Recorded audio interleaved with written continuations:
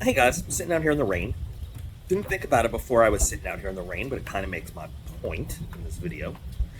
Anyway, so we are gathered here together today to discuss this. This is the knife of the month, which I'm still not going to try to pronounce correctly, from Battlbox mission 103. Maybe this is not a great idea to do out here in the rain, but I felt like being out here in the rain.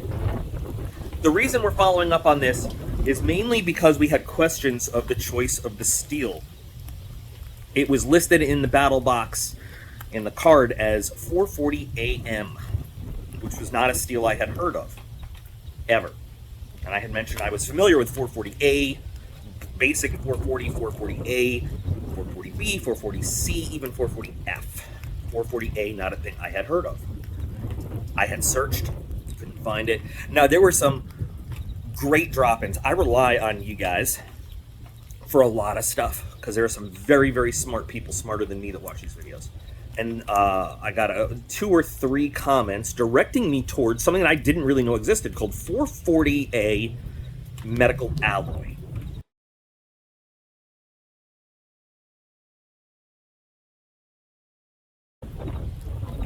Again, didn't know it existed. And so I started down the path while I was picking Ethan up from the school bus yesterday, on that Friday, of doing some research on 440A medical alloy, which, yes, is a separate kind of steel. It exists. It is different. Crazy.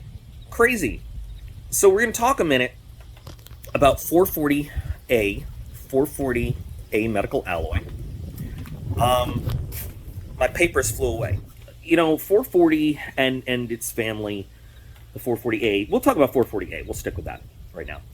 It can be described as a stainless steel or as an alloy steel, or both. And here's why. Little quick steel primer. So a stainless steel is a steel that has a low enough concentration of carbon, usually below 1.25%. I'll put it in text if I don't remember it correctly. And carbon is what gives steel its hardness, but it's also what makes it prone to corrosion.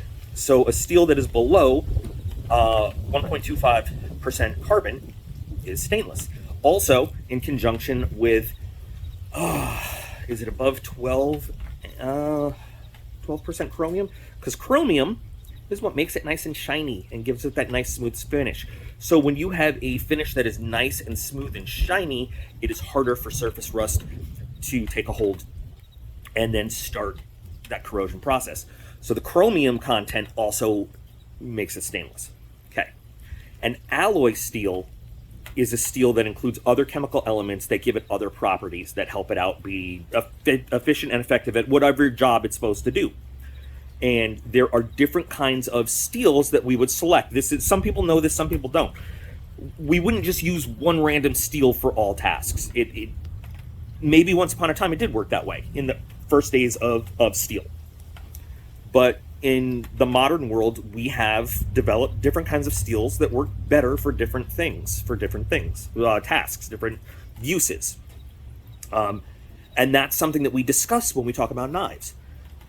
Some steels are better for EDC use, staying in your pocket a lot of the time where it gets moist and sweaty. People don't like that word moist. What's wrong with moist? Moist. Some knives are better for hard use out in the field, chopping through things and whatever. Okay, that's not the point of this video. So the 440 series is one that is both stainless because of its low carbon content and high chromium content, and is an alloy steel because it does include a number of other elements, a bunch of other chemical composition in it that helps it out. One of them is molybdenum. Molybdenum helps give it toughness. The difference between hardness and toughness, one maintains your edge, the other helps it not chip and not be subject to like fractures and just breaking and stuff like that. This is basic steel stuff. It's basic metallurgy stuff, and I encourage you all to know it. So, how does that apply to this? Okay, so 440A and 440A medical have slightly different properties in terms of the stuff that's in it. So rather than just hold this in your face, I'm going to read it, because I remember the basics. I don't always remember, like, I remember a lot of trivial shit. But so the carbon content in 440A is about 0.75%. Your chromium is anywhere from 16 to 18%. The molybdenum content is 0.75. Right? And then you go on to a bunch of, you have nickel, manganese, silicon, phosphorus, and sulfur. They all go into it for different things. When you're talking about your medical alloy, it changes up a little bit, because it's more important that they make medical tools out of it and everything.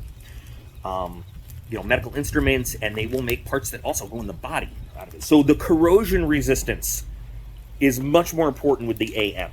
So there's a much lower carbon content between 0.25 and 0.35. So what does this mean for a knife blade? It means you're gonna have less edge retention. You just are. It also has much more molybdenum. You're looking at between 0.85 and 1.1%. So if you were to have a knife blade made out of this 440A medical alloy, you're going to have one that is astoundingly corrosion resistant, but you're not going to hold a knife edge quite as long. Now, there's a few minor differences here and there with the other elements, but they don't really, in terms of knife performance, they don't affect us that much. Okay. They both can be heat treated to a Rockwell hardness of about 56, if you're into that kind of thing. So they're very similar steels in most performance aspects. What we're really looking at is a variation in edge retention and corrosion resistance. And I always say this is the same thing as when you're picking between a stainless steel and a carbon steel. What's more important to you right now? Like, what is your bigger concern? Holding your edge longer, or having to perform a little bit of preventative maintenance with keeping the knife clean and dry? It's the same kind of thing. So 440A medical alloy is a legit thing, and I did not know that. And I thank the viewers, and I actually thank Battlbox for sending me down this road, because I got to learn something new. However, 440A medical alloy has nothing to do with this knife, because it was a typo the whole time. If you go onto Battlebox's website and you look at the product listing for this knife, it clearly says it's made out of 440A. And on that website, there's a little video where you can watch Curran talk about it, and he clearly says it's made out of 440A. So this was never an issue to begin with. The knife is not made out of 440AM, it's made out of 440A. Battlebox. The gift that keeps on giving. So 440A is a knife steel, sure.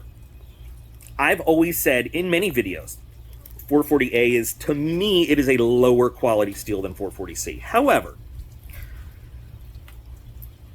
in preparing for this video, I wanted to make sure I got my numbers firmed up.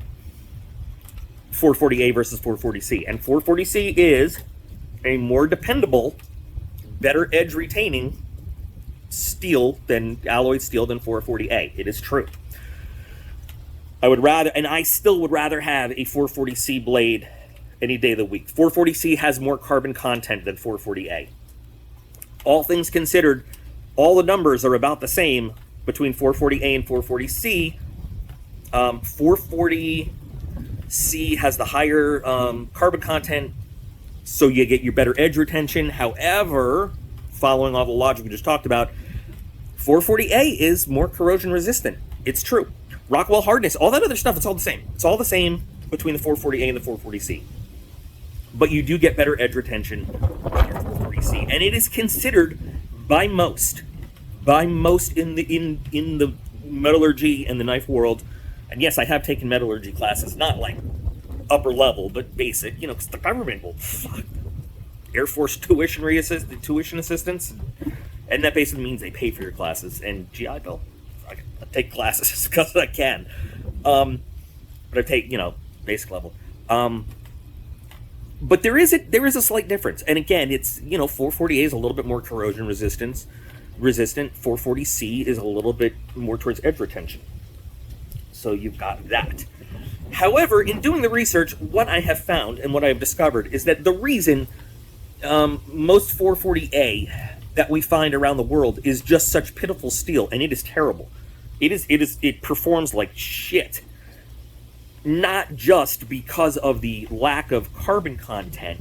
When most of the 440A that we've seen in the knife world is secured from non-reputable sources. We see it used a lot from companies that want to make knives in China but don't want to use Chinese alphabet steel. They want to give us something American style that we recognize.